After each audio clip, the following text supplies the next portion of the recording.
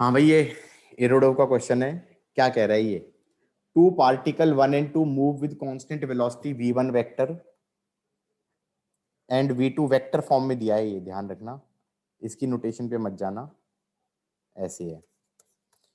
Eight their initial movement their radius vector मतलब position vector, उनके position vector r1 vector है and दूसरे का पोजीशन वेक्टर r2 वेक्टर है। चलेगा? How must these vectors be interrelated कि वो टकरा जाएं। अब सुनो मेरी बात, बहुत आसान बात कह रहा हूं। मान लो हमारे पास ये पार्टिकल 1 है और ये पार्टिकल 2 है। चलेगा? इसका पोजीशन वेक्टर है ये r1 वेक्टर और इसका पोजीशन वेक्टर है 2 r2 वेक्टर। तो हम ये कहें कि मान लो ये कौन सा वेक्टर होगा? Can I say this vector is position of 2 with respect to 1। चलेगा? Can I say this will be position r2 vector minus r1 vector.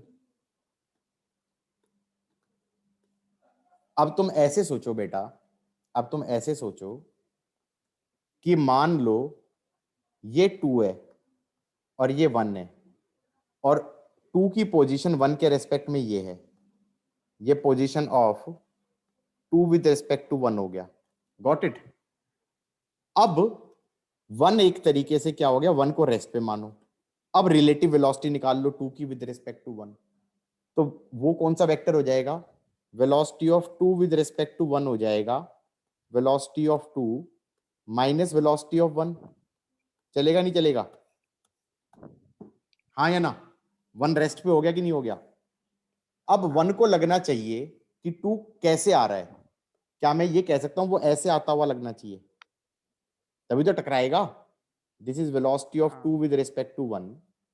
तो मैं ये कह सकता हूं कि इसका टाइम t पे टकरा गया, तो इसका डिस्प्लेसमेंट क्या होना चाहिए? इस पोजीशन वेक्टर का उल्टा हो जाना चाहिए। हाँ या ना? हाँ।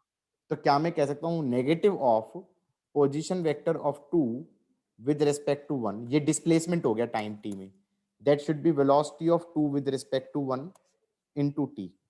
ये चलेगा? हाँ। अगर वो टाइम t पे टकरा रहा है तो। अगर हमारा 1 रेस्ट पे है, रुक जाओ यार, बहरा कर दिया मुझे, होल्ड। हाँ बेटा, तो क्या मैं ये कह सकता हूं कि हमारा position of 2 with respect to 1 का नेगेटिव हो गया displacement of 2 with respect to 1। हाँ या ना? That should be velocity of 2 with respect to 1 into t। तो इस पूरी एक्सरसाइज से मैं ये कह सकता हूं कि जो ये वेक्टर है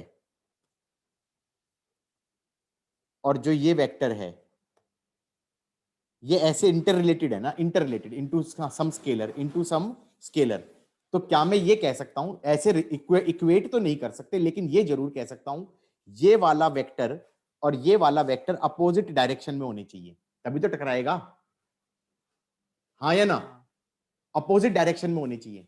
तो क्या मैं ये कह सकता हूं unit vector of 2 with respect to 1 का negative is unit vector of velocity of 2 with respect to 1।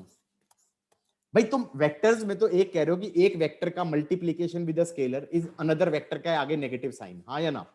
तुम ये कह रहे हो s is equal to v t. चलेगा? तो तुम s और v को तो इक्वेट नहीं कर सकते, लेकिन ये तो कह सकते हो कि s के along unit vector should be same as velocity के अलोंग यूनिट वेक्टर। बात समझ में आई कि नहीं आई?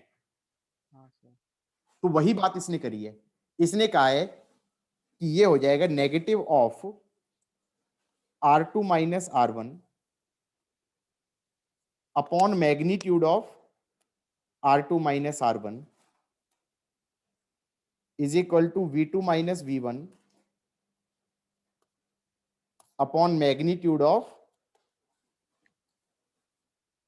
v2 minus v1। क्या मैं ये कह सकता हूं यही ऑप्शन में था? नेगेटिव साइन के कारण लेके प्रॉब्लम आ रही होगी तुम्हें। मैं तो रिलेशन बनाना था, मतलब मैंने भी ऐसे ही किया था कि v2 माइनस v1 और r2 माइनस r1। तो रिलेशन बनाना था, तो मेरे को लगा कि इसका क्रॉस प्रोडक्ट जीरो कर देते हैं तो वो रिलेशन बन जाएगा। समझ में आ गया ना? समझ में आ गया यार। काइनेमेटिक्स पढ़ रहे थे, सिंपल, कुछ नहीं कह रहे थे। Displacement is velocity into time कह रहे थे। ठीक है, चलो हो गया।